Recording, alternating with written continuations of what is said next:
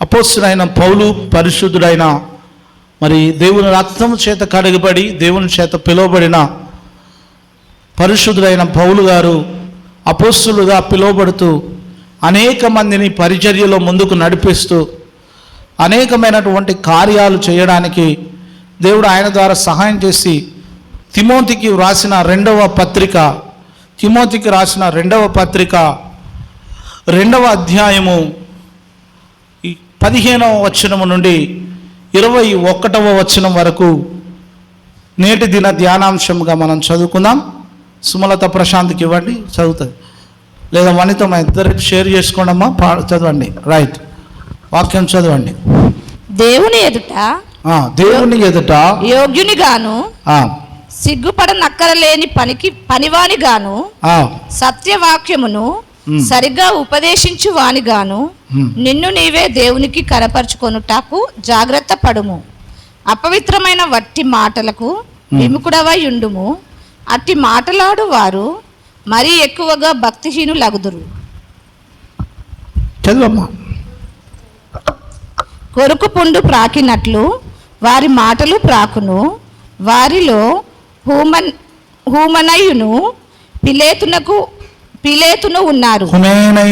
పిలేతును ఉన్నారు. ఆయన పేరు, వ్యక్తి పేరు. పునరుత్థానము గతించనని చెప్పుచు సత్యము విషయము తప్పిపోయి కొందరి విశ్వాసమును చెరుపుచున్నారు. అయినను దేవుని యొక్క స్థిరమైన పునాది నిలకడగా ఉన్నది. ప్రభువు తన వారిని ఎరుగును అనునదియు ప్రభువు నామమును ఒప్పుకొను ప్రతి వాడును దుర్నీతి నుండి తొలగిపోవలెను అనునదియు దానికి ముద్రగా ఉన్నది. గొప్ప ఇంటిలో వెండి పాత్రలను బంగారు పాత్రలను మాత్రమే గాక కర్రవియు మట్టివియు కూడా ఉండును. వాటిలో కొన్ని ఘనతకును కొన్ని ఘనహీనతకును వినియోగింపబడును. ఎవడైనను వీటిలో చేరక తన్ను తాను పవిత్రపరచుకొనిన ఎడల వాడు పరిశుద్ధపరచబడి యజమానుడు వాడుకొనుటకై అర్హమై ప్రతి సత్కార్యమునకు సిద్ధపరచబడి ఘనత నిమిత్తమైన పాత్రయై ఉండును. చాలు. పరిశుద్ధుడా, ప్రేమ కలిగిన మా తండ్రి, చదవబడిన ఈ లేఖనాన్ని సరిగ్గా ఉపదేశిస్తూ సరిగ్గా మా జీవితాల్లో అన్వయించుకోవడానికి మీరు వాక్యం ద్వారా మాతో మీరు మాట్లాడమని, అయ్యా మరి తండ్రి మేమేమై ఉన్నామో కేవలం నీ కృప.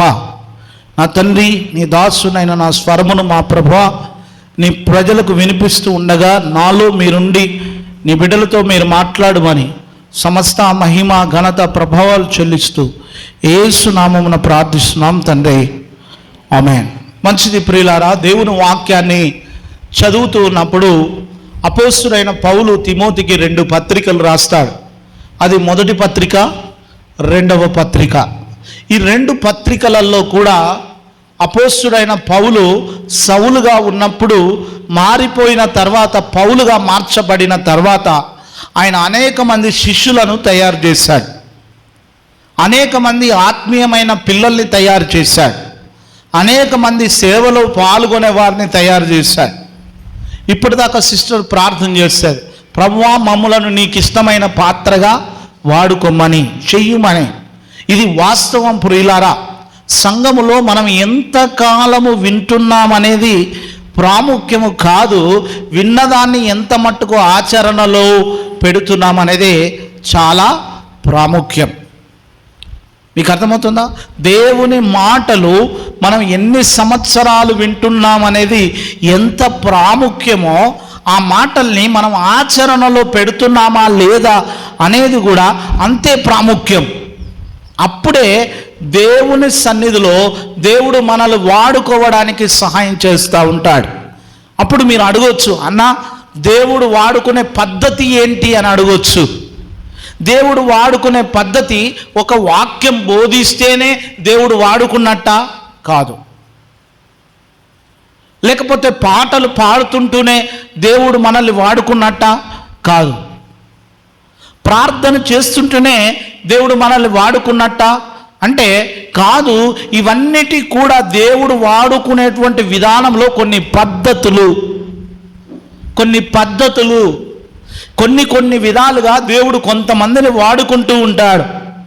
20 ఇయర్స్ వాక్యం విన్నాం, 30 ఇయర్స్ దేవుని మాటలు వింటున్నాం.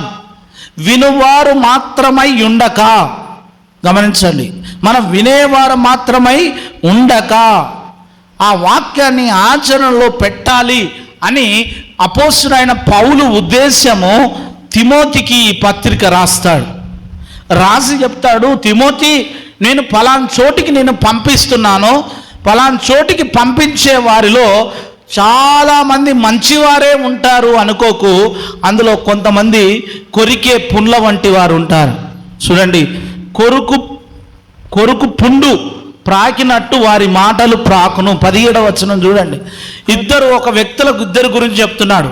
ఒక ఆయన పేరు హుమేనైను, ఫిలేతును ఉన్నారట. 18వ వచనం. వీళ్ళిద్దరు కూడా ఎట్లాంటి వాళ్ళు అంటే వాళ్ళు ఎప్పుడు మాట్లాడినా కొరికే పుండు. ఎట్లా చాలామంది ఉంటారు ఇట్లా. సంఘంలో దేవుడు వాడుకోవాలని దేవుడు చూస్తే వాడుకునే వారి మీద సనుక్కునేవారు ఉంటారు. వారిని ఏమంటారంటే కొరుకు పుండు ప్రాకినట్టు. చూడండి, గమనించండి. దేవుడు, ఈరోజు నేను చెప్పే అంశం ఏంటంటే, దేవుడు మిమ్ములను ఒక ఘనమైన పాత్రగా దేవుడు వాడుకోవాలని ఆశపడుతున్నాడు. చప్పలు కొట్టి దేవుని మహిమపడదాం. అర్థమైందా? సైమన్ సార్ రిటైర్ కాగానే ఏం కావాలి? దేవుడు మిమ్మల్ని ఒక ఘనమైన పాత్రగా వాడుకోవాలని ఆశపడుతున్నారు. నమ్ముతున్నా బ్రదర్? మీరు నమ్ముతున్నారా? దేవుడు మిమ్మును ఒక ఘనమైన పాత్రగా వాడుకోవాలని ఆశపడుతున్నాడు. ఇన్ని సంవత్సరాలు దేవుని వాక్యం విన్నారు కదా. స్త్రీల సమాజంలో నుండి దేవుడు నిన్ను ఒక ఘనమైన పాత్రగా దేవుడు వాడుకోవాలని దేవుడు ఆశపడుతున్నాడు. కొంతమందికి ప్రార్థన నడిపించే తలాంతులు ఉంటాయి, కొంతమందికి వాక్యం బోధించే తలాంతులు ఉంటాయి, కొంతమందికి సంఘాన్ని ఎలా నిర్వహించాలో ఆ తలాంతు ఉంటుంది, కొంతమందికి ప్రోగ్రామ్ ఆర్గనైజింగ్ చేసే తలాంతులు ఉంటాయి, కొంతమందికి చర్చిని చాలా శుభ్రంగా, భద్రంగా, పరిశుద్ధంగా దాన్ని నిలబెట్టేటువంటి ఒక మంచి పని చేసేటువంటి తలాంతులు ఉంటాయి. ఇవన్నీ కూడా దేవుడు నీకు ఇచ్చాడు అంటే సంఘములో నిన్ను ఒక ఘనమైన పాత్రగా దేవుడు వాడుకోవాలని ఆశపడుతున్నాడు. కానీ చాలామంది ఏం చేస్తున్నారంటే, దేవుడు వాడుకోవాలని దేవుడు ప్రయత్నం చేసిన భక్తిని విడిచిపెట్టేస్తున్నాడు. తిమోతికి రాస్తుంటాడు, అయ్యా తిమోతి, నువ్వు వెళ్ళి వాక్యం చెప్పేటప్పుడు ప్రజల ఎదుట యోగ్యునిగాను, పనివానిగాను, ఉపదేశించువానిగాను అని ఉన్నది 15వ వచనంలో. నువ్వు ఎట్లుండాలి? ప్రజల ఎదుట కనబడేటప్పుడు యోగ్యునిగాను, ఇదిగో సిగ్గుపడనక్కరలేని పనివానిగాను, ఉపదేశించు. సంఘములకు వచ్చే ప్రతి వ్యక్తి ఎట్లా ఉండాలి? దేవుడు వాడుకునే పాత్ర ఎలా ఉండాలి అంటే దేవుని ఎదుట యోగ్యమైన పాత్రగా ఉండాలి. దేవుడు ఇష్టపడి తీసుకునే పాత్రగా ఉండాలి. దేవుడికి ఇష్టమైనటువంటి బిడ్డగా నువ్వు బ్రతకాలి. సిగ్గుపడనక్కరలేని పనివానిగా ఉండాలట సంఘంలో. సంఘంలో ఏదైనా పని చేయాలంటే సిగ్గుపడని అవసరం లేదు. ఏ పనైనా సంఘంలో చేయడానికి నేను ముందుకు రావాలి. అప్పుడు నిన్ను ఘనమైన పాత్రగా వాడుకుంటాడు. ఆ విషయంలో నేను సైమన్ సార్ను అభినందిస్తాను. నేను సగర్వంగా చెప్తాను, ఒక ఉద్యోగరీత్యా చాలా ఉన్నతమైన పదవిలో ఉన్నా సరే దేవుని సన్నిధికి వచ్చినప్పుడు సిగ్గుపడనక్కర్లేని పనివాడిగా తను తాను తగ్గించుకొని పని చేస్తూ ఉంటాడు. ఇప్పుడు ప్రతిఫలం వారికి కనబడకపోవచ్చు, కానీ ఆయన తరాలకు దేవుడు ఆశీర్వాదకరంగా ఉంచుతాడు. ఇక్కడ ఉన్న వాళ్ళందరికీ చెప్తున్నాను, దేవుడు నిన్ను ఒక యోగ్యమైన పాత్రగా దేవుడు నిన్ను వాడుకోవాలనుకుంటున్నాడు. సరిత, నువ్వు హాస్పిటల్లో పనిచేస్తున్నావు, దేవుడు నిన్ను తన పాత్రగా వాడుకుంటాడు. నీ సాక్ష్యాన్ని చెప్పు, ప్రభు కొరకు ప్రకటించు. ఇలా ప్రతి ఒక్కరు పనిచేస్తున్న చోట దేవుడు తనకి ఇష్టమైన పాత్రగా దేవుడు నిన్ను వాడుకోవాలని ఆశపడుతున్నాడు. మనం రెడీగా ఉన్నామా? ఈ పాత్రగా వాడబడాలంటే మనం ఏం చేయాలి? ఈ పాత్రగా వాడబడాలంటే ఏం చేయాలంటే అపవిత్రమైన మాటలు మాట్లాడొద్దు. మన నోట అపవిత్రమైన మాటలు 16వ వచనం చూడండి, చెప్తాడు, తిమోతి నువ్వు ప్రజల మధ్యలోకి వెళ్తున్నావు, దేవుడు నిన్ను యోగ్యమైన పాత్రగా దేవుడు ఉంచాలని ఆశపడుతున్నాడు, కనుక నువ్వు అపవిత్రమైన వట్టి మాటలకు విముఖుడవై ఉండు. ఎక్కడున్నావు నువ్వు? వాటికి విముఖుడవై, వాటికి ఏమాత్రం కూడా సుముఖత తెలియపరచొద్దు. అట్టి మాటలకు మాటలాడు వారు మరీ ఎక్కువగా భక్తి అంటే కేర్ఫుల్, నీ నాలుకను జాగ్రత్తగా ఉంచుకో అని చెప్పాడు. దేవుడు నిన్ను ఒక పాత్రగా వాడుకోవాలనుకుంటున్నాడు. సంఘములో ఉన్న ప్రతి బిడ్డను కూడా, చిన్నపిల్లల్ని సండే స్కూల్లో దేవుడు వాడుకున్నాడు, వాళ్ళు చెప్పే కంఠత వాక్యాల ద్వారా దేవుడు వాడుకున్నాడు. అంటే దేవుడు నిన్ను ఒక పాత్రగా ఒక భూమి మీద సృష్టించినప్పుడు, నేను మార్నింగ్ ఒక సహోదరుడికి కుమార్తె జన్మించిందని కాల్ చేసి చెప్తున్నాడు. ఎంత సంతోషంగా చెప్తున్నా అంటే ఆయన సంతోషానికి అవధులు లేవు. అన్న, ఐఎమ్ బ్లెస్డ్ విత్ డాటర్, నేను కుమార్తె చేత దీవించబడ్డాను. ఆయన చెప్తున్న ఆ వే ఆఫ్ టెల్లింగ్ కూడా ఎట్లుందంటే చాలా హ్యాపీనెస్గా ఉంది. అంటే దేవుడు, నేను చెప్పాను, అయ్యా నీకు ఒక మంచి ఘనమైన పాత్ర నీ చేతిలో పెట్టాడు దేవుడు. ఇప్పుడు ఆ బిడ్డను ఎలా పెంచాలో నీ బాధ్యత. సంఘానికి వస్తున్న అందరినీ కూడా దేవుడు మాట్లాడుతున్న మాటలు, నీకు ఒక్కొక్క తలాంతు దేవుడు మీ అందరిలో ఒక్కొక్క తలాంతు ఇచ్చారు. దేవుడు అంటున్నాడు, నీ 2024 ఎండింగ్ లోపైన నువ్వు ఒక తీర్మానం చేసుకో, నేను ఒక ఘనమైన పాత్రగా చర్చిలో నేను వాడబడాలి, నేను ఫస్ట్ ఉండాలి, అందరికంటే ఆదివారం ఫస్ట్ నేనే ఉండాలి అని ఒక తీర్మానం చేసుకో. ఒక ఘనమైన పాత్ర నువ్వు. నీకు తెలుసా, నీ ప్రవర్తనే ఒక మంచి పాత్ర. నువ్వు మంచిగా అందరికంటే ముందుంటే నిన్ను చూసి వాళ్ళు సాక్ష్యం చెప్తారు, అయ్యా ఫలానా దంపతులు మొట్టమొదటిగా దేవుని మందిరంలో ఉంటారు. 3 సూత్రాలు చెప్పి నేను ఈ వాక్యాన్ని ముగిస్తాను. దేవుడు వాడుకునే పాత్రగా మనం ఉండాలంటే వట్టి మాటలు పలుకొద్దు. మన నోట, మన నాలుకలో ఏమన్నాడు అక్కడ, అపవిత్రమైన వట్టి మాటలు మన నోట పలకకూడదు. చాలా చాలా భయంకరం. మన నోట దేవుడిచ్చినటువంటి ఈ నోటికి ఉన్నటువంటి గొప్పతనం ఏంటంటే, మీరు మూగ వాళ్ళ దగ్గరికి వెళ్తే తెలుస్తుంది. సికింద్రాబాద్లో ఒక కాలనీ ఉంది, మీరు ఎప్పుడైనా చూశారో నాకు తెలియదు. నేను కరోనా టైంలో వారికి కొంత సహాయం చేశాం వేరే సంస్థ ద్వారా.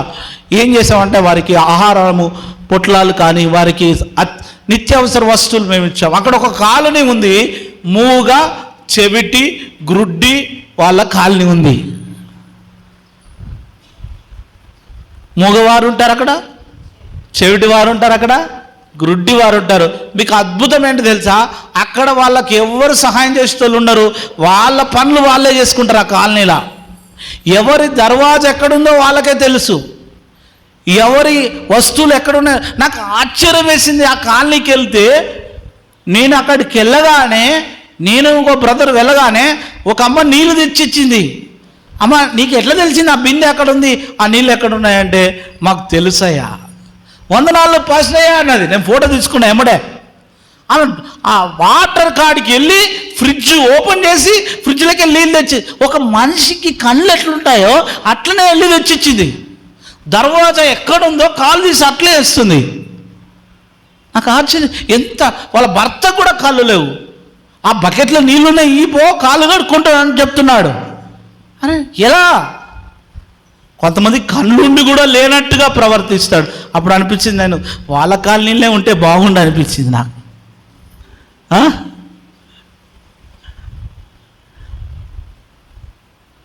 వారు మాట్లాడే మాట, మూగవారి దగ్గరికి వెళితే మనం ఎంత భయంకరంగా మాట్లాడుతున్నామో అర్థమవుతుంది. వాళ్ళు మాట్లాడే, కొంతమందికి అయితే మాటలు వస్తలేవు, మాటలు రాని వాళ్లకు కళ్ళున్నాయి. గుర్తుపెట్టుకోండి, మాటలు రాని వాళ్ళకి కళ్ళున్నాయి, కళ్ళు లేని వారికి మాటలు వస్తున్నాయి. ఇది అద్భుతం అనిపించింది నాకు. సో చూడండి, వారికి ఏదో ఒక అంగవైకల్యం ఉన్నప్పటికీ బహు జాగ్రత్తగా మాట్లాడుతున్నాడు. మనమంట దేవుడు తనకిష్టమైన పాత్రగా దేవుడు మనల్ని వాడుకోవాలంటే మన నోట అపవిత్రమైన మాటలు రావద్దు. పరిశుద్ధంగా జీవించడం చాలా కష్టం అండి అన్న. ఈ భూమి మీద పరిశుద్ధంగా జీవించడం కష్టం. ఈ కొంతమంది పొద్దున్నే తీర్మానం చేసుకుంటారు, నేను ఈరోజు ఎవరిని తిట్టొద్దు అనుకుంటారు. అది బాధాకరం. ఏంటంటే వాళ్ళ ఇంట్లోనే ఏ పోరాడో తప్పు చేస్తాడో వాడిని పొట్టు తిట్టేస్తారు. ఈరోజు ఎవరిని ఏమనొద్దు అనుకుంటారు. ఈరోజు ఎవరిని ఏమనొద్దు సార్, నేను ఈరోజు ఎవరిని ఏమనొద్దు అనుకున్నా, అసలు నాకు కోపమే రావద్దు అనుకున్నా. బాధాకరం ఏంటంటే వాళ్ళ ఇంట్లో కుక్కనో లేకపోతే మనిషో లేకపోతే పశువులు ఉంటాయి. కొంతమంది పశువుల మీద కొడతా ఉంటారు, పశువులు కొడతా ఉంటారు, ఇంట్లో కొట్టలేక కొంతమంది ఆ కోపం అంతా పశువుల మీద తీస్తూ ఉంటారు. నేను ఈ మధ్యకాలం పొద్దున్నే ఉదయకాలమే ఇట్లా వాకింగ్కి వెళ్తుంటే ఒక గేదెను విపరీతంగా కొడుతున్నాడు. ఏంటో ఆ గేదెను అంతగానో కొడుతున్నావు, అది ఏం చేస్తుంది గేదె? విపరీత ఆ కట్టె ఇరిగిపోయినా మళ్ళీ దాన్ని ఇరిచి ఇంకోటి తెచ్చి కొడుతున్నాడు. అపవిత్రంగా మనం ఈ లోకంలో జీవిస్తున్నాడు. మన మాటలు మనల్ని ప్రేరేపించి పాపములో పడివేసేటువంటి విధంగా ఉంటాయి కనుక మనం మందిరంలో ఒక ఘనమైన పాత్రగా దేవుడు నిన్ను వాడుకోవాలంటే నీ నోట అపవిత్రమైన మాటలు రాకుండా జాగ్రత్త పడాలి.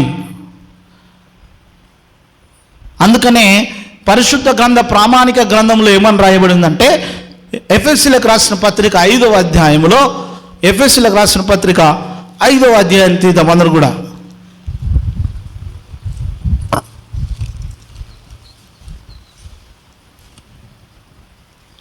ఎఫెసీయులకు రాసిన పత్రిక 5వ అధ్యాయంలో అద్భుతమైన కొన్ని విషయాలు మనం చూద్దాం.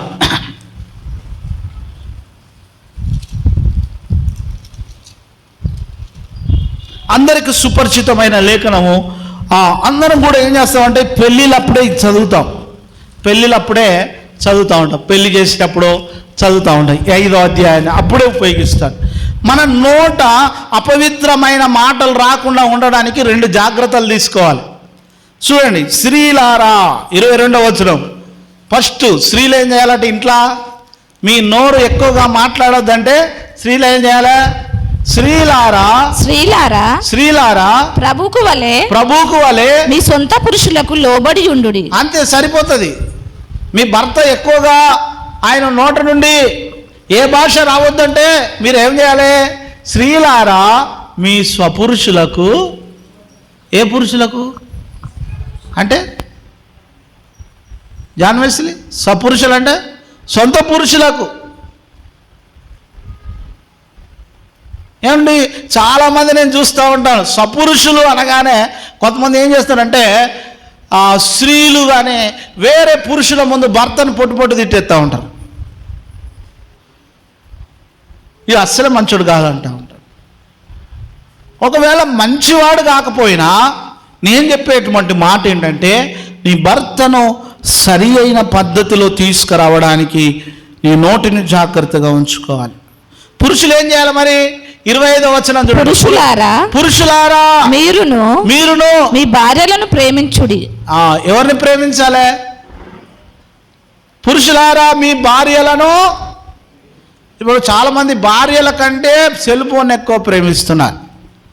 వచ్చినావు, బయటికి పోయినావు, వచ్చినావు, కూసున్నావు, ఫోన్ ఎక్కువ చూస్తున్నావు, నాతో ఒక్క ముచ్చట మాట్లాడతలేవు అంటే ఒక భార్య. పోయినంతసేపు బయటికి పోతివి, వచ్చివి ఇంట్లో కూర్చుంటివి, ఫోన్ తీసుకొని ఎంతగానో మాట్లాడతావు. పురుషులారా మీ భార్యలను ఎవరు ప్రేమించాలి? ఎవరిని? అప్పుడు మన నోట అపవిత్రమైన ఏం రావు. బలమైన సూత్రం ఇదే. నీ నోరు ఎక్కువగా మాట్లాడకుండొద్దు అంటే భార్యలారా మీ భర్తలకు లోబడి ఉండండి. భర్తలారా మీ భార్యలను ఎట్లా ప్రేమించాలన్నా? మా పురుషులు అడగచ్చు, మేము ఎట్లా మేము చాలా ప్రేమిస్తాం అన్న. వారానికి ఒకసారి మటన్ తెస్తాం, చికెన్ తెస్తాం, పెళ్లి రోజు క్షీర తెస్తాం, ఇంకేం చేస్తారు, ఫంక్షన్లకు తీసుకుపోతాం. బాగా మంచిదే, కానీ అన్నీ మనం ఏం చేస్తాం? అన్నీ చేస్తాం, కానీ ఏదైనా లోపం ఉందనుకో తెలియబడని వ్యక్తి ముందు చెప్తాం, ఈమెలో ఈ లోపం ఉందన్న, ఈ లోపం ఉంది. లోపాలను ఎత్తి చూపకూడదు. అపవిత్రమైన మాటలు ఎట్లొస్తాయంటే లోబడే తత్వం లేకపోవడం, ప్రేమించేటువంటి గుణము లేకపోవడం వల్ల మన జీవితాలు అపవిత్రమైనటువంటి మాటలు వస్తాయి. అందుకని అంటాడు, మీరు మీ విషయమై జాగ్రత్తగా ఉండుడి. చూద్దాం, ఫిలిప్పీలకు రాసిన పత్రిక 3వ అధ్యాయం 2 వచనాలు చదవండి. ఫిలిప్పీలకు రాసిన పత్రిక 3వ అధ్యాయం 2 వచనాలు చదువుదాం. దేవుడు నేను ఘనమైన పాత్రగా వాడుకోవాలంటే నీ నోట అపవిత్రమైన మాటలు రాకూడదు అంటే ఒకరినొకరు లోబడాలి, ఒకరినొకరు ప్రేమించుకోవాలి, ఒకరినొకరు విధేయత కలిగి ఉండాలి. చూడండి 3వ అధ్యాయము 1వ వచనంలో, మెట్టుకు నా సహోదరులారా ప్రభువునందు ఆనందించుడి. అదే సంగతులను మీకు వ్రాయుట నాకు కష్టమైనది కాదు, మీకు అది క్షేమకరము. కుక్కల విషయమై జాగ్రత్తగా ఉండుడి. దుష్టులైన పనివారి. ఎప్పుడైనా ఈ పదం చూశారండి? కుక్కల విషయమై జాగ్రత్తగా ఉండడని. నేను చిన్నప్పుడు సోషల్ పుస్తకమో ఏదో పుస్తకం ఉంటే దాని వెనకాల ఒక బొమ్మ వేసి, ఏం సార్ గవర్నమెంట్ పుస్తకం మీద ఏముండేదట, ఆ పుస్తకం వెనకాల ఉండేది ఓ బొమ్మ వేసి ఆ పుస్తకం పట్టుకుని ఊరికే ఆ బొమ్మ చూస్తే ఆ కుక్క కరిచినట్టు, ఒకడు పరిగెత్తినట్టు ఇలా ఉన్నాడు. దాంట్లో ఏమన్నా కుక్కల విషయమై బైబిల్లో ఉందేంది ఈ మాట అంటే, కొంతమంది మాట్లాడుతున్నారు, కుక్క మాట్లాడినట్టు మాట్లాడుతాను అంటే బాబా మాట్లాడుతూనే ఉంటారు కొంతమంది. అది నాన్ స్టాప్ టాకింగ్. మళ్ళీ అది చిన్న శబ్దం కాదు, ఆ శబ్ద తరంగాలు ఎక్కడెక్కడ వెళ్ళాలి? చుట్టుపక్కల ఉన్న అన్ని గృహాలకు ఆ శబ్ద తరంగాలు వెళ్ళాలి. ఆ తరంగాలు వెళితే తప్ప. అందుకని అంటున్నాడు, అయ్యా అట్లాంటివి ఉన్నాయి, జాగ్రత్తగా ఉండండి. తర్వాత ఏమన్నాడు? దుష్టులైన పనివారి విషయమై జాగ్రత్తగా ఉండు. ఈ ఛేదనను ఆచరించు వారి విషయమై జాగ్రత్తగా ఉండు. ఎందుకనగా శరీరమును చాలు. కాబట్టి మనము దేవుడు తనకిష్టమైన బిడ్డగా దేవుడు నిన్ను వాడుకోవాలని ఆశపడుతున్నాడు. కనుక మీ నోట ఏం రావద్దు? ప్రేమే. దేవుడు తనకిష్టమైన పాత్రగా వాడుకోవాలని మన నోట ఏం రావద్దు? బూతులు రావద్దు. ఏం రావద్దు? అపవిత్రమైన మాటలు రావద్దు. ఎందుకు రావద్దు అంటే ఏం చేయాలా? భార్య భర్తకు లోబడాలి, భర్త భార్యను ప్రేమించాలి. అందరూ ఒకరి విషయమై ఒకరు జాగ్రత్తగా ఉండాలి. ఇంకో మాట అంటాడు చూడండి, ఎఫెసీయులకు రాసిన పత్రిక 5వ అధ్యాయం 4వ వచనం చూడండి. మనం ఏం మాట్లాడాలో అక్కడ రాశాడు, అందరు చూడాలి. ఎఫెసీ పత్రిక 5వ అధ్యాయం 4వ వచనం. కృతజ్ఞత వచనమే మీరు ఉచ్చరింపాలి గాని. ఎంత మంచిగా రాశాడు బైబిల్లో. కృతజ్ఞత వచనమే మీరు ఉచ్చరింపవలెను గాని మీరు బూతులైనను ఏం మాట్లాడదు? ఏమన్నాడు? బూతులైనను, పోకిరి మాటలైనను సరసోక్తులైనను ఉచ్చరింపకూడదు. ఎంత భయంకరం అండి! బూతులు మాట్లాడద్దు, పోకిరి మాటలు మాట్లాడద్దు, సరసోక్తులు మాట్లాడద్దు.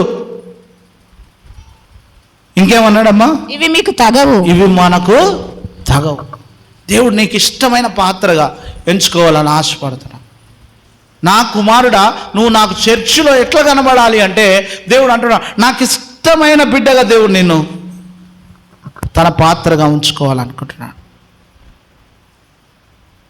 కొంతమందికి ఎన్ని మంచి చేసినా కానీ ఆ బూతులు పోవు, ఆ ఆలోచన పోదు, ఆ తలంపులు పోవు. ఎప్పుడు అదే మనిషి అదే తలంపు మీద ఉంటారు. ఒక మాట చెప్తున్నా, అందరు చూడండి, ఇటువైపు అందరు నా వైపు చూడండి. ఇలాంటి ఒక గేట్ ఉంది. ఆ గేటు ఒక రాజనగరు అందు ఒక గేట్ ఉందంట. ఆ రాజనగర్ వెనకాల్లో ఒక ఆయన తీసుకెళ్ళి చాలా విలువైనటువంటి ఒక వెండి పాత్రను దాంట్లో పాతి పెట్టాడు. వెనకాల రాజనగర్ వెనకాల పాతి పెడితే అది తీసుకుందామని ఆ గేటు దగ్గర రాగానే రాజు ఎదురుగా వచ్చాడు. ఏమరా బాబు గేటు కాడికి వచ్చావు ఏంటి అంటే, రాజా నేనేం చేశానంటే నీకు తెలియకుండా మీ రాజనగర్ వెనకాల ఒక పాత్రను, ఒక విలువైన దాన్ని నేను పాతి పెట్టాను. అది విలువైన వజ్రమే అనుకోండి, లేకపోతే విలువైన పాత్రనే అనుకోండి, వజ్రమే అనుకుందాం. విలువైన ఒక వజ్రాన్ని నేను దాచిపెట్టాను రాజా అంటే, అరే బాబు నువ్వు అంత దూరం మళ్ళీ ఏం వెళ్తావు, ఇదిగో నా దగ్గర ఎన్ని వజ్రాలు దాచిపెట్టినావురా అంటే, ఒక్కటే వజ్రం. ఎక్కడ పాతి పెట్టావు? వెనకాల. సరే నువ్వు అంత దూరం ఏం వెళ్తావు, నా దగ్గర ఒక 500 వజ్రాలు ఉన్నాయి తీసుకో అని చెప్పి రాజు తీసి ఆ చేతిలో పెడితే ఆ ఇయ్యంగానే తీసుకొని, అయ్యా అది కూడా ఎందుకు వదిలేయాలి ఏమన్నాడా, అది కూడా ఎందుకు వదిలేయాలి, అది ఒట్టి ఎందుకు పోతుంది అని అన్నాడు. అరే నీ బుద్ధి మారతలేదు. మళ్ళీ అని తెలిసి మళ్ళీ ఈ జేబులోకి వెళ్ళి తీసి ఇంకో 500 తీసుకోరా, ఇంకా 500 పోతే అయితే అది అక్కడే ఉన్నాయి, అంత దూరం ఎందుకు పోతావు, నీ కాళ్ళని వస్తాయి, నీ బాధ అని నేను చెప్తున్నా. ఆ 1000 వజ్రాలు తీసుకొని మరి అది కూడా ఒట్టి ఎందుకు పోవాలి, 1000 వజ్రాలు ఇచ్చినది అదే అని మనసు అంతా ఎక్కడుంది, అక్కడే ఉంది. అరే పిచ్చి పట్టిందని చెప్పి, అరే నీకు ఈ వజ్రాలు కాదురా, నీకు ఒక 500 ఎకరాలు రాసిస్తున్నా పో అని అంటే, ఆ ఎకరంలో వెనకాలుందే ఆ ఎకరం కూడా యాడ్ చేయి, అది మళ్ళీ అది ఎందుకు కొట్టుకు పోవాలి అని మనసు ఎక్కడుంది. ఎన్నిసార్లు దేవుడు ఘనమైన పాత్రగా మనల్ని వాడుకోవాలన్నా కానీ మన మనసు అంతా ఎక్కడ ఉంటుంది, అక్కడే హోటల్ కాన్నో లోకంలో ఎక్కడో ఉంటుంది. దేవుడు నేను వాడుకోవాలనుకుంటాడు బ్రదర్ అంటే, ఈ వారం మంచిగా ఉంటాడు, రెండో వారం ఒక భార్యనట భర్తను తాగకపోతే ఎందుకు తాగుతలేవు అంటుంది. ఆమె కడుపు చల్లగుండా ఏంది, ఆవిడ తాగక మానుకొని మందిరానికి వచ్చి ప్రార్థన చేసుకొని చక్కగా 2 వారాలు 3 వారాలు కొత్తగా అయ్యగారు వచ్చిండు కదా నా బతుకు మారిందని చెప్పి మార్చుకుందామని 4 వారాలు 1 రోజులు లైన్ వచ్చిండో లేదో ఇంటికాడ ఫంక్షన్ అయింది. నేను తాగనమ్మా, నేను డిసైడ్ అయినా తాగనంటే, మా తమ్ముడు వచ్చింది, మా తమ్ముడితో తాగవాను ఉన్నావు, నేను చెప్తివి నువ్వు. చాలామంది భార్యలు వచ్చి అన్నా మా భర్త తాగుడు మాంతలేడని చెప్తుంటే ఈ దొరసని చెప్తుంది తాగవా మా తమ్మునితోని. దౌర్భాగ్యం. దేవుడు నేను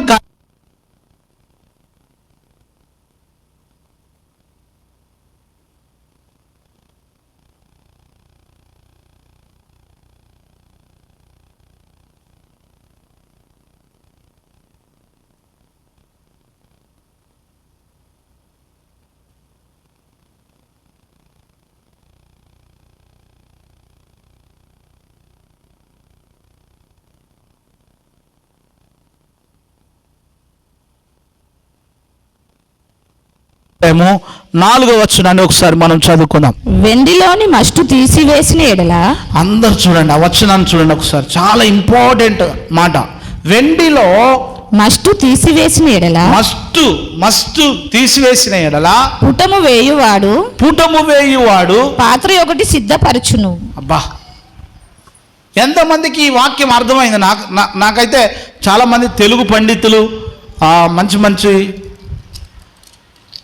ఏమంటారు ఇంగ్లీష్ పండితులు ఉన్నారా ఇక్కడ, తెలుగు పండితులు, గ్రాంధికం వచ్చిన వాళ్ళు అందరం కూడా ఉన్నాం ఇక్కడ. ఇప్పుడు చదవండి మళ్ళీ 25వ అధ్యాయం 4వ వచనం అందరు చూడండి. సామెతలు 25:4 వచనం ఒకసారి చూద్దాం. వెండిలోని మస్టు తీసివేసిన ఎడల పుటము వేయువాడు పాత్ర ఒకటి సిద్ధపరచును.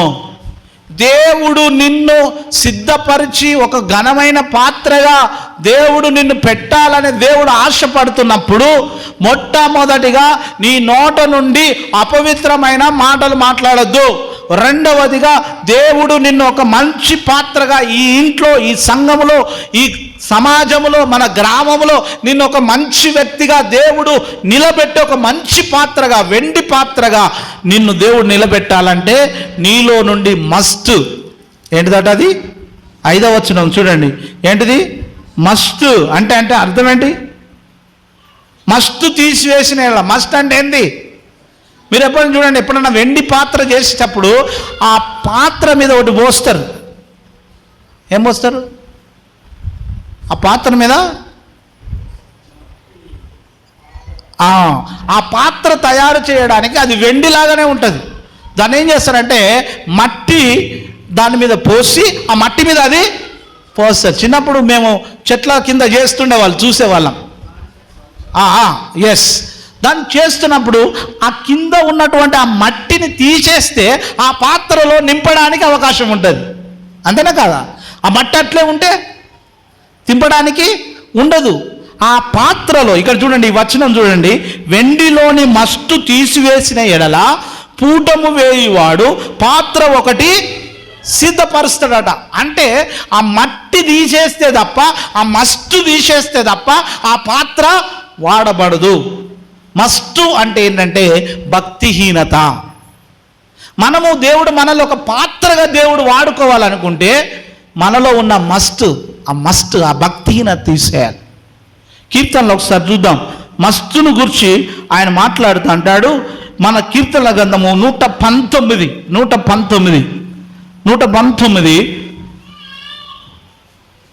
కీర్తన 119 వచనం. మీ భూమి మీదనున్న అందరు చూడాలి ఆ వచనం. మస్టు అంటే ఏందో అక్కడ క్లియర్గా ఇచ్చాడు. భూమి మీదనున్న భక్తిహీనులందరినీ నీవు మస్టు వలె లయపరచెదవు. అది అంటే మన్నైనది వెనుకటి వలె మరలా మంటికి చేరనంటాం కదా. భూమి మీదనున్న మనుషులందరూ నువ్వు ఎలా చేస్తావట? మస్టు వలె లయపరుస్తావు. ఈ పదం వినడానికి మనకు కొత్తగా ఉండొచ్చు. అమ్మ, ఇక్కడ ఉన్న వాళ్ళందరినీ దేవుడు ఒక మంచి పాత్రగా వాడుకోవాలనుకుంటున్నాడు. పాటలు పాడేవాళ్ళు ఉన్నారు, వాక్యం చదివే వాళ్ళు ఉన్నారు, వంట మంచిగా చేసేవాళ్ళు ఉన్నారు, అన్ని చక్కపరిచే వాళ్ళు ఉన్నారు. కమలాకర్ ఎక్కడ పోయిండో, చాలా చక్కగా పాటలు పాడతాడు. ఆయన ఏడబడుతుండో నాకు తెలుస్తలేదు. ఆయన దేవుడు ఒక ఉన్నతమైన పాత్రగా వాడుకోవాలని ఆశపడుతున్నాడు. మంచి గృహాలు నేర్పించే మేస్త్రీలు ఉన్నారు. వీళ్ళందరికీ దేవుడిచ్చిన తలాంతులు ఇవి. దేవుడు తనకిష్టమైన పాత్రగా వాడుకోవాలని దేవుడు కోరుకుంటే మనం ఈ లోకంలో కలిసిపోతున్నాం. సంఘంలో నీకున్న తలాంతును వాడుకో. నీకు మంచి మేస్త్రి పని వచ్చా, సంఘంలో చెయ్యి. ఏదో ఒక పని చెయ్యి, ఏదో ఒక పని దేవుని కొరకు చెయ్యి. నువ్వు ఒక పాత్రగా దేవుడు నేను ఘనమైనదిగా వాడుకుంటాడు. నువ్వు కట్టినది ఏదైనా వచ్చే ప్రతి ఒక్కరు చూసి చెప్తాడు, పలానా మేస్త్రి ఇది కట్టాడు, ఆయన యొక్క పాత్ర ఘనమైనదిగా ఎంచబడతాయి. పలానా వ్యక్తి వాక్యం ప్రకటించబడుతుంది, ఘనమైనదిగా దేవుడు ఎంచుతాడు. మొన్నటి దినం నా 7 మాటలు ప్రకటించిన వాళ్ళని చూసినప్పుడు నాకు చాలా సంతోషం వేసింది. దేవుడు వారిని ఘనమైన పాత్రలుగా ఎంచుకున్నారు. నేను యూట్యూబ్లో అది పెట్టి మళ్ళీ నేను అప్పుడప్పుడు వింటూ ఉంటాను, వీళ్ళు సిద్ధపడ్డ విధానం ఏంటి అని. దేవుడు మనల్ని వాడుకోవాలంటే 3 విషయాలు. మొట్టమొదటిగా మన నోట అపవిత్రమైన మాటలు రాకూడదు. రెండవది భక్తిహీనత అనేటువంటి ఈ మస్టును తీసేయాలి, ఈ మట్టిని తీసేయాలి. ఇక చివరిగా దేవుడు మనకు తనకిష్టమైన పాత్రగా దేవుడు వాడుకోవాలంటే 2 తిమోతికి వద్దాం మరొకసారి. 2 తిమోతి 2వ అధ్యాయంలోనే రాయబడిన మాట. దేవుడు తనకిష్టమైనటువంటి పాత్రగా వాడుకోవాలంటే దేవునికి ఒక ఉద్దేశం ఉంది, దేవునికి ఒక ప్రణాళిక ఉంది. నువ్వు ఏం చేయాలో అక్కడ క్లియర్గా రాశాడు. అదేంటి అంటే 20వ వచనం చదవమ్మా. 20వ వచనం. గొప్ప ఇంటిలో వెండి పాత్రలను బంగారు పాత్రములు మాత్రమే గాక కర్రవి మట్టివి కూడా ఉండును. ఇప్పుడు మనది దేవుని ఇల్లు, ఇది గొప్ప ఇల్లు. రకరకాల పాత్రలు ఉన్నాయి. ఇలా వెండి పాత్రలు ఉన్నాయి. కొంతమందిని చూస్తే అప్పుడప్పుడు అంటారుగా, పిల్లలు తీసుకోరు, నా వెండి నా బంగారం అని ముద్దాడుతూ ఉంటారు. అప్పుడప్పుడు పిల్లలు ముద్దాడారా? పిల్లలు వీరి దగ్గర ఎక్కడ ఉందిరా వెండి అంటే, అలా ప్రేమ. ఈ యొక్క గొప్ప ఇంటిలో, దేవుని ఇంటిలో ఏమేం పాత్రలు ఉన్నాయట చూడండి. అమ్మ చదవండి, ఎన్ని పాత్రలు ఉన్నాయి చదవండి. వెండి పాత్రలు, బంగారు పాత్రలు మాత్రమే గాక కర్రవి మట్టివి కూడా ఉండును. కానీ కొన్ని కర్రవి ఉంటాయి, కొన్ని మట్టివి ఉంటాయి, వెండి ఉంటాయి, బంగారం ఉంటాయి, రకరకాలైన పాత్రలు దేవుని మందిరంలో ఉన్నాయి. కానీ వాటన్నిటిని వినియోగించుకోవడానికి దేవుడు కొన్ని ఘనమైనవిగా, కొన్ని గణనీయమైనవిగా వినియోగింపబడు.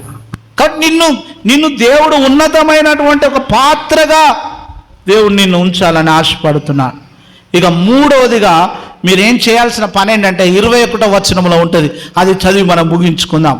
ఎవడైనాను వీటిలో చేరక తన్ను తాను పవిత్రపరుచుకొని ఎడల వాడు పరిశుద్ధపరచబడి యజమానుడు వాడుకొనుటకు అర్హమైన ప్రతి సత్కార్యమునకు సిద్ధపరచబడి.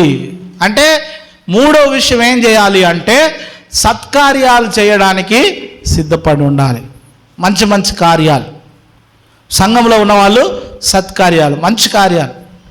ఒక ఆయన చెప్పాడు, అయ్యా మీ సంఘంలో నుండి మంచి కార్యక్రమం చేస్తున్నారు, చచ్చిపోయినప్పుడు 25 kgs రైస్ బ్యాగ్ ఇస్తున్నారు అన్నాడు. అదొక సత్కార్యం. నాకు సంతోషం వేసింది, నేను ప్రౌడ్గా ఫీల్ అయ్యాను. అంటే మన సంఘంలో దేవుడు మనల్ని ఇంకొక పాత్రగా వాడుకోవాలి అంటే ఇంకొక సత్కార్యాన్ని మన సంఘంలో నుండి చెయ్యాలి. కాబట్టి ఇక్కడ ఉన్న వాళ్ళందరినీ దేవుడు ఒక ఘనమైన పాత్రగా వాడుకోవాలని ఆశపడుతున్నాడు. అలా వాడుకోవాలంటే నీవు చేయాల్సిన ప్రప్రథమైన పని ఏంటి? దేవుడు నిన్ను ఘనమైన పాత్రగా, దేవుడు నిన్ను వాడుకోవాలంటే, దేవుని బిడ్డలారా జాగ్రత్తగా విందాం, దేవుడు నిన్ను ఘనమైన పాత్రగా నిన్ను వాడుకోవాలంటే నీ నోట అపవిత్రమైన మాటలు రాకూడదు. నీలోనున్నటువంటి ఆ మస్టు, ఆ భక్తిహీనత తొలగిపోవాలి. అంత మాత్రమే కాదు, నువ్వు సత్కార్యము చేయడానికి ఎప్పుడు సిద్ధపడి ఉండాలి. అప్పుడు దేవుడు నిన్ను ఒక ఘనమైన పాత్రగా దేవుడు నిన్ను వాడుకుంటాడు. కనుక నీ నోటిని జాగ్రత్తగా ఉంచుకుంటున్నావు, నీలో అపవిత్రతను తీసివేసుకుంటున్నావు, నీలో ఉన్నటువంటి ఆ యొక్క మేలు చేయనటువంటి గుణాలని తీసివేసి సత్కార్యం చేయడానికి దేవుడు నిన్ను సిద్ధపరుస్తున్నప్పుడు దేవుడు నేను ఏం చేస్తాడంటే ఒక ఘనమైన పాత్రగా నిన్ను ఉంచబోతున్నాడు. సంఘములో, సమాజంలో, కుటుంబంలో, గ్రామంలో, నువ్వు పని చేస్తున్న చోట దేవుడు నిన్ను ఒక ఘనమైన పాత్రగా దేవుడు వాడుకోబోతూ ఉన్నాడు. దేవుని స్తోత్రం చెప్దాం, హల్లెలూయా. కాబట్టి మన నోట అపవిత్రమైన మాటలు కానీ, భక్తిహీనత కానీ, సత్కార్యం చేయలేనటువంటి గుణం వెళ్ళిపోయి సత్కార్యం చేసే గుణానికి మనం అలవాటు పడుచు ముందుకు సాగి వెళదాం. దేవుడు ఈ మాటలు తన వెనుకలో దీవించును గాక. కళ్ళు మూసుకుందాం, ప్రార్థన చేద్దాం. మనం చేయాల్సిన ప్రార్థన ఏంటంటే, ప్రభువా నన్ను ఒక ఘనమైన పాత్రగా వాడుకో, నన్ను ఒక ఘనమైన పాత్రగా వాడుకో అని ప్రభు సన్నిధిలో ప్రార్థన చేద్దాం. అందరి తలలు వచ్చాం. దేవా నువ్వు నన్ను ఒక ఘనమైన పాత్రగా నువ్వు వాడుకో తండ్రిని ప్రభు సన్నిధిలో ప్రార్థన చేద్దాం. స్తోత్రం నాయన. నీకు ఏ తలాంతు ఉందో ఆ తలాంతును బట్టి దేవుడు ఇక్కడ నేను వాడుకుంటాడు. ఆ తలాంతును బట్టి నేను వాడబడాలి ప్రభువా అని ప్రభు సన్నిధిలో మనం ప్రార్థన చేద్దాం. దేవానికి స్తోత్రం. అట్టి పాత్రగా నన్ను ఉంచు. నీకు ఏ తలాంతున్నా సరే సంఘంలో నువ్వు వాడుకో ప్రభువా అని చెప్పు. నాకు ఈ తలాంతు ఉంది ప్రభువా, నన్ను వాడుకో. నీకు మంచి వంటలు చేసే తలాంతు ఉందా? దేవుని కొరకు ఇక్కడికి వచ్చి ఒక మంచి ప్రేమ విందులో వంటలు చేసే తలాంతు వాడుకో. పాటలు పాడే తలాంతు ఉంటే వాడుకో.